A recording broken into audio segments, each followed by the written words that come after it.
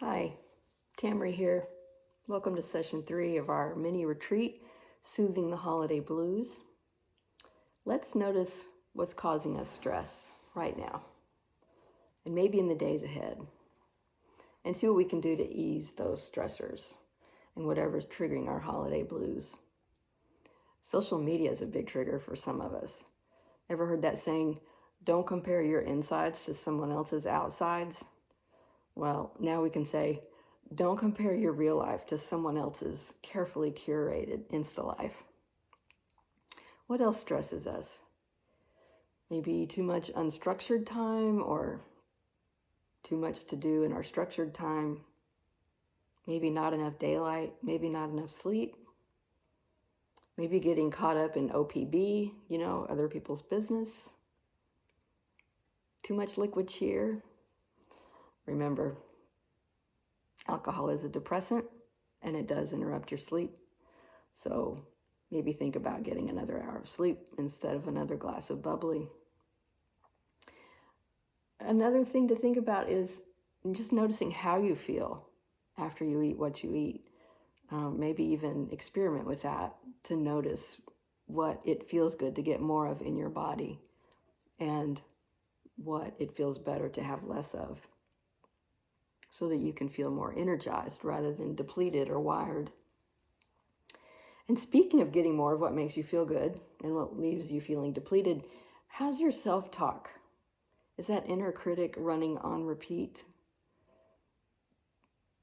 And one antidote to that is to take some time to think about what are some things that you are happy about or that bring you joy or that you can feel thankful for. I keep a list of these on the Notes app on my phone so that then when I can feel a little boredom or irritation and I turn to my phone for some entertainment, sometimes I can remember to look at that Notes app. And instead of doom scrolling, I can remind myself of something that brings me joy. That way I not only don't get a downer, I get a dopamine hit, and that's a good thing. Finally, I would say one of the most important things is whatever it is that you're feeling, go ahead and feel it. Really feel it. Poet Nayirah Waheed says about grief, go ahead and feel it so that you can feel something else. And that's really true of all our feelings. They only last for 60 or 90 seconds, so just feel it in your body, whatever is happening, so that then you can move on to feeling something else. And if it's a sad and it feels like you need to cry, go ahead. Because crying actually takes cortisol, the stress hormone, out of your body, which is going to help you feel better. So often, we don't let ourselves notice what it is that's causing us suffering. Or we double down by blaming ourselves for feeling pain. And both of these can actually make us feel worse. So our meditation this session is to try giving ourselves compassion instead. And this is an approach that was pioneered by Dr. Kristin Neff. So if you like it, you can Google Kristin Neff's self-compassion and find more resources like this.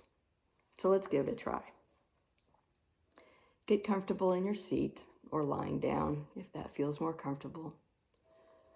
Feel yourself supported by your chair, the floor, your bed. Allow your spine to lengthen. Feel the natural dignity of your body. You can close your eyes or let your eyes rest on nothing in particular. And allow your attention to come to your breath in an easy way. Just notice how it feels to take a deeper breath, one that expands your diaphragm and softens your belly.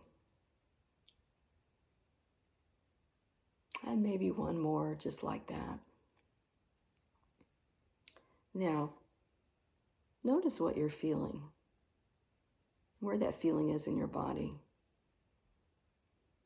Is there something that's an emotional pain or a physical pain that you can get in touch with?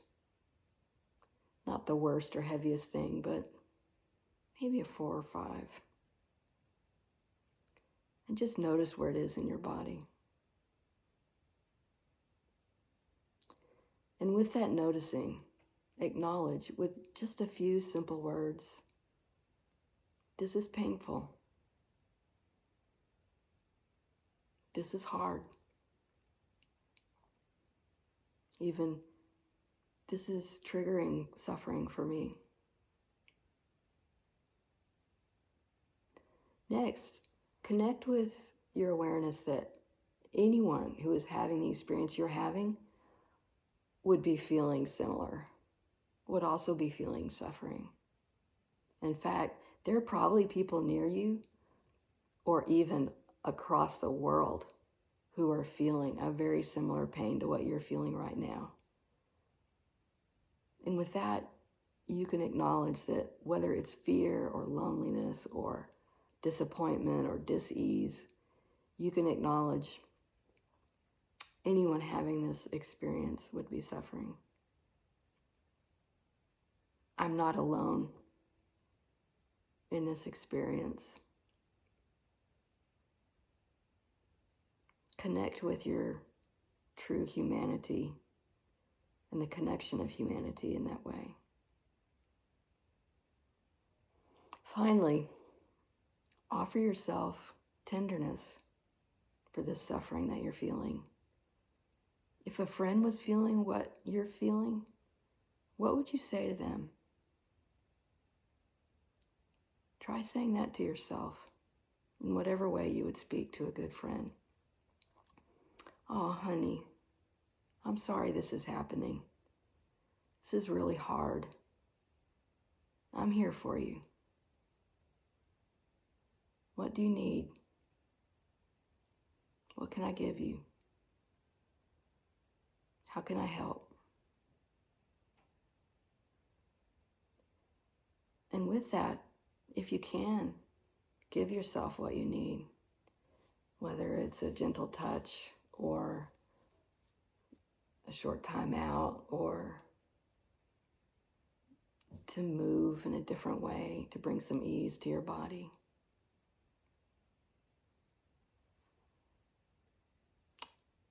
Okay.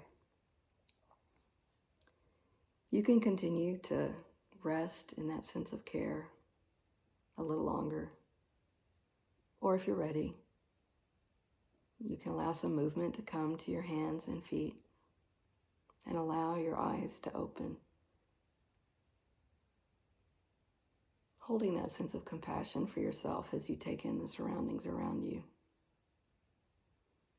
We've come to the end of our third session, and you can go ahead and play through the other sessions if you like, or save them for later. You're another step toward easing the holiday blues because you took some time to show compassion to yourself. Well done. I'll see you soon.